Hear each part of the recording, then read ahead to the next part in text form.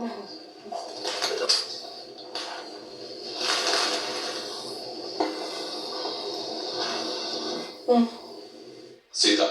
Big boss మీ రెండవ nomination చేయండి.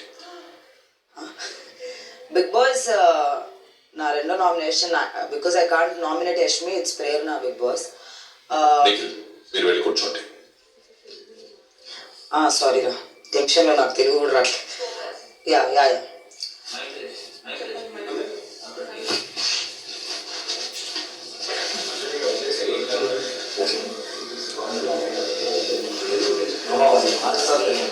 Okay, ఇక్కడేనా మాట్లాడదు. బిగ్ బాస్ సారీ ప్రేరణ, యాక్చువల్లీ నువ్వు పర్సనల్గా I like you very much. ఒక పర్సన్గా నాకు చాలా ఇష్టం నువ్వంటే, మనం బాండ్ కూడా అయ్యాం వెరీ బాగా. కానీ ఓన్లీ థింగ్ నువ్వు ఏదైతే డిఫెండ్ చేసుకున్నావో నాగార్జున గారికి, అప్పుడు నేనే మాట్లాడదాం అనుకున్నా, కానీ నాకు ఆ వాదన నచ్చలేదు. ఎందుకంటే ఆయన అంత పెద్ద మనిషి కాబట్టి నేను ఆయన ముందు నా పాయింట్ నీ పాయింట్ ఏదో పెద్ద డిస్కషన్ అవుతుందని అప్పుడు చెప్పలేదు. బట్ నువ్వైతే డిఫెండ్ చేసుకున్నావో నేను ఫస్ట్ నిన్న నామినేట్ చేసింది ఆ పాయింట్ మీద. దట్ నువ్వు అన్నావు కదా నిఖిల్ నాకు బయట ఫ్రెండ్ కాబట్టి నేను తనని బిలీవ్ చేశాను, యష్మి నా క్లాన్ హెడ్ కాబట్టి నేను తనని ఫాలో అయ్యాను అని. సో నా దృష్టిలో అయితే అంటే నేను జస్ట్ ఒక చిన్న క్వశ్చన్ అడుగుదాం అనుకుంటున్నా. ఈవెన్ ఒక కింగ్, మన కింగ్ ఎవరైతే మనకు ఒకవేళ బాగాలేకపోతే ఒక కింగ్డమ్లో మనం ఆ కింగ్తో ఫైట్ చేయొచ్చు. ఎందుకంటే కింగ్ మంచిగా ఉంటేనే కింగ్డమ్ అంతా మంచిగా ఉంటుందని నా ఫీలింగ్. సో నేను నా కింగ్ ఎట్లున్నా నేను ఫాలో అయిపోతాను అన్నావు. సో ఇప్పుడు ప్రస్తుతానికి ఇది war zone and king is very important. So మీ కింగ్ని మీరు ఫాలో అవ్వచ్చు, తప్పలేదు. కానీ నాకు అది నచ్చలేదు. అండ్ సెకండ్ థింగ్, మీరు బయట ఫ్రెండ్షిప్స్ పెట్టుకొని వచ్చి వాళ్ళని ఫాలో అవ్వమని, మీరు ఫాలో అవ్వచ్చు కానీ వేరే వాళ్ళని ఫాలో అవ్వమని చెప్పే రైట్ మీకు లేదు. సో ఈ డిస్కషన్ ఇక్కడితో నేను ఏం చేద్దామనే ఈ పాయింట్, ఫస్ట్ వీక్ పాయింట్ ఇక్కడితో ఏం చేద్దాం. సార్ ముందు అది అయింది కాబట్టి I'm nominating you, tell you that ఇది నాకు అనిపించింది ఏంటంటే బయట వదిలేసి మనం కొత్త, ఎందుకంటే నాకు ఎవరు తెలీదు. అలా అంటే మీరు ఆల్రెడీ స్ట్రాంగ్గా వచ్చేసారు లోపలికి, ఫ్రెండ్స్తో వచ్చారు. నాకు ఇక్కడికి వచ్చి పరిచయాలు అయ్యాయి కాబట్టి ఆ టైంలో అందుకే అంత ఫీల్ అయింది కూడా నేను. ఎందుకంటే నేను అన్న వర్డ్ నాకు ఎందుకు అంత హర్ట్ అయిందంటే, మీరు బయట తెలుసు అని మీరే చెప్పుకున్నారు, నాకు బయట తెలుసు అందుకే నేను తను ఫాలో అవుదాం అనుకున్నానని. మీరు వేరే వాళ్ళని ఫాలో అవ్వకుండా మీ గేమ్ మీరు ఆడతారేమో అన్న ఓన్లీ పాయింట్లో నేను మిమ్మల్ని నామినేట్ చేస్తాను.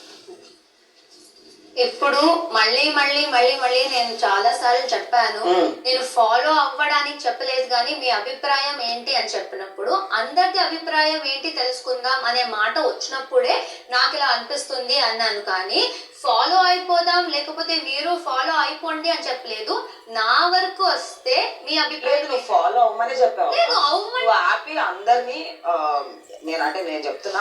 అప్పుడు నువ్వేమన్నావు అంటే ఆపి అందరినీ ఫాలో అవ్వండి, తను ఒక సుపీరియారిటీ తీసుకుంటున్నప్పుడు ఈగో మీద తీసుకోకుండా ఫాలో అవ్వచ్చు కదా అని అన్నావు. ఫాలో అవ్వద్దు అని ఇప్పుడు అంటున్నావు ఆ పాయింట్. ఓకే, నీ ఉద్దేశం అదైతే ఓకే, బట్ ఆ పర్టికులర్ టైంలో నువ్వు ఫాలో అవ్వమని అన్నావు.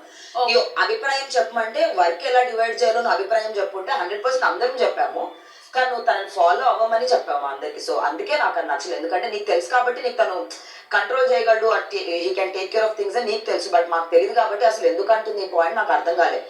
నువ్వే నీ అంతటి నోట్లో నాకు తను బయట తెలుసు అని అప్పుడే చెప్పావు.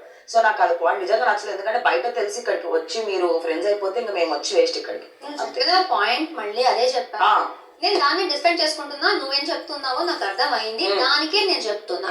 ఇప్పుడు నాకు బయట ఎవ్వరు తెలియకుండా నేనా సెలెక్ట్ చేసిందే కంటెస్టెంట్స్, ఎవరో ఒకరు తెలుస్తారు. అండ్ అక్కడ అడిగినప్పుడు నా అభిప్రాయం చెప్పాను, ఎవరు ఫాలో అవ్వాలనే రూల్ లేదు. సో నా అభిప్రాయం అంతే.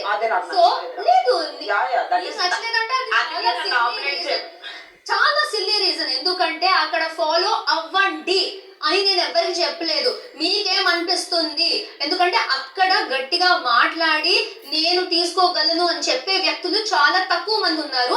నా లక్కి ఆయన కూడా రేస్ చేశారు, నేను కూడా తీసుకోవచ్చు అనేసి అభిప్రాయంలో నేను చెప్పాను. కానీ ఎవరిని నేను ఫోర్స్ చేయలేదు, మీరు తీసుకోండి అని చెప్పలేదు. ఇంకోటి, అందరిని ఆపేసి నేను చెప్పలేదు. అందరూ టర్న్ కోసం వెయిట్ చేసి అక్కడ నేను మాట్లాడాలంటే అందరూ మాట్లాడుతున్నప్పుడు నా వాయిస్ వినిపించదు.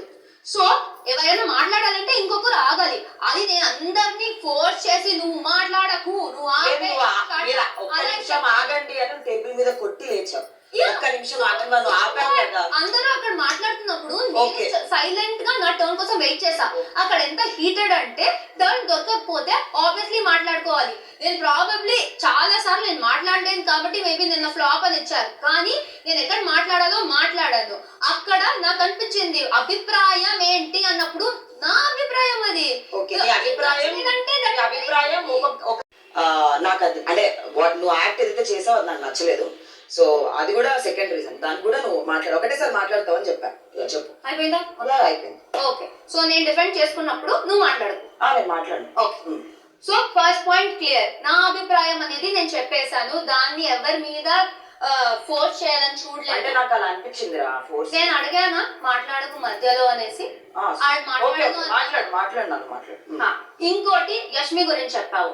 ఆమె మా చీఫ్ అయినప్పుడు చీఫ్ అనే దానికి ఒక్కటి ఏదో ఉంటది. ఆమె ఏముంటది?